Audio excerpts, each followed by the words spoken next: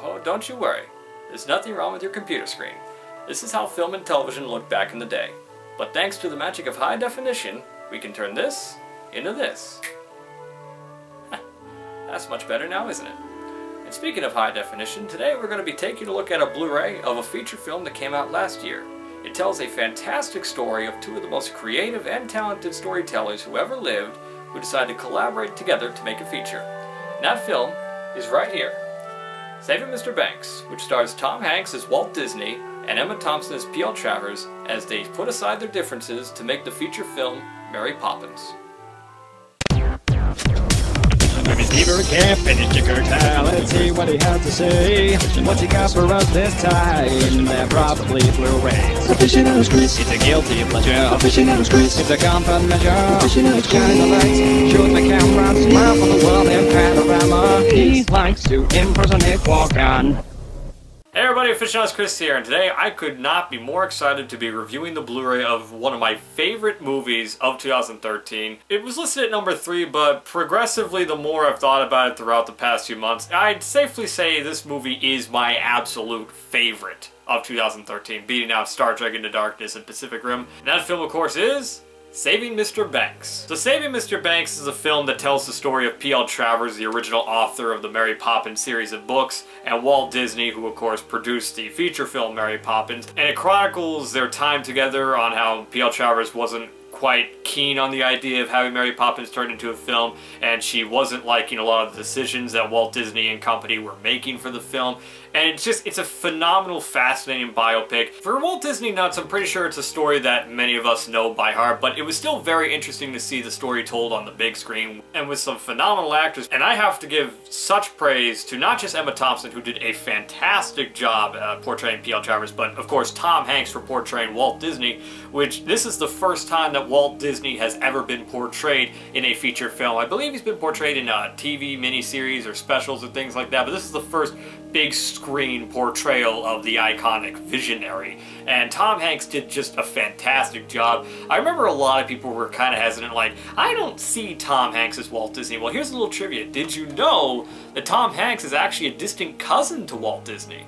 So think about that for a minute, and I still thought he was perfect, because Tom Hanks just understands that complete humbleness and lovable atmosphere that Walt Disney always had. He was just an incredible man, and Tom Hanks just really understood that. I could tell that Tom really wanted to portray Walt Disney. Playing a visionary and iconic legend like Walt Disney probably has a lot of stress put upon it, because, you know, you have to give it your all. And I think he exceeded his expectations, including mine. And it actually bothered me that not just he, but like the entire cast of the film was grossly snubbed. In fact, the entire movie was criminally snubbed at the Oscars. I believe it only got Best Original Score as a nomination and nothing else. I mean, I'm pretty sure Tom Hanks is really good in Captain Phillips. I personally haven't seen it, but I really wish that he got recognized for the role of Walt Disney. I really wish Emma Thompson got recognized for her role as P.L. Travers, but they're not the only great actors. There's so many great performances. You got Colin Farrell playing Travis Goff, who was the father of the P.L. Travers in a lot of the flashback scenes.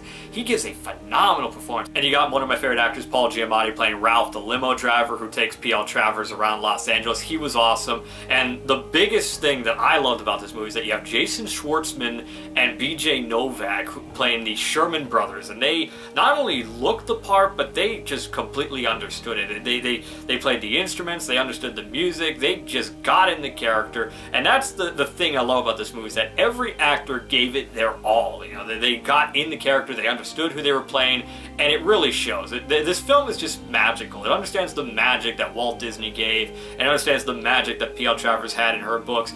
And it's just a phenomenal movie. If you haven't seen it and you're a Disney nut, you have to check it out. It's a must-see, not just for Disney fans, just a must-see in general. It's a phenomenal film overall and has to be seen. Next, let's talk about the Blu-ray. Picture and audio quality is beyond fantastic. I mean, it is a Disney Blu-ray, and they're not really known for doing bad Blu-rays. I mean, there are a couple they've done that aren't great, but this one is phenomenal. The picture and audio quality is top-notch. It was just like the way I saw it in theaters, and that's exactly what I expected. This thing has some phenomenal bonus features, and let me tell you, like, some of these are really cool. The first one we got is the Walt Disney Studios From Poppins to Present, which is where the director John Lee Hancock actually goes to the Walt Disney Studios and gives us a little tour. We get to hear from relatives of the people that worked at the Walt Disney Studios during the production of Mary Poppins on what it was like and where they got a lot of the inspiration on how to tell the story. We even get to talk to Richard M. Sherman for a little bit. It's really always awesome to hear from a legend like him.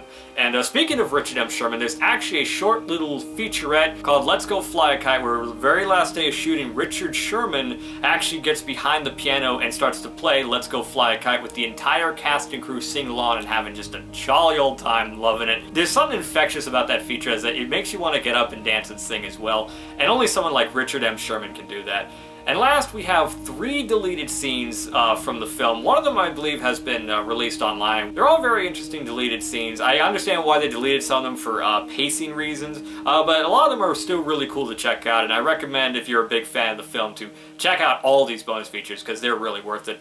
So overall, I highly recommend this Blu-ray. Again, if you haven't seen the movie, see it immediately. Check it out. Honestly, just buy the Blu-ray. I do not think you'll be disappointed. This should be a blind buy. It's that good, in my opinion. And if you are a fan of the film, much like myself, this is a must pick up, because like I said, fantastic bonus features, fantastic picture and audio quality, and again, it's just a fantastic movie. It's a must-own for all film fans, all Disney fans. It's a very welcoming addition to my collection, and I am just so happy to own it, and I'm very happy that it's finally out. So that's all I have to say about Saving Mr. Banks. Again, highly recommend it, a must-see film. I hope you enjoyed the video, and please have a wonderful day. Goodbye.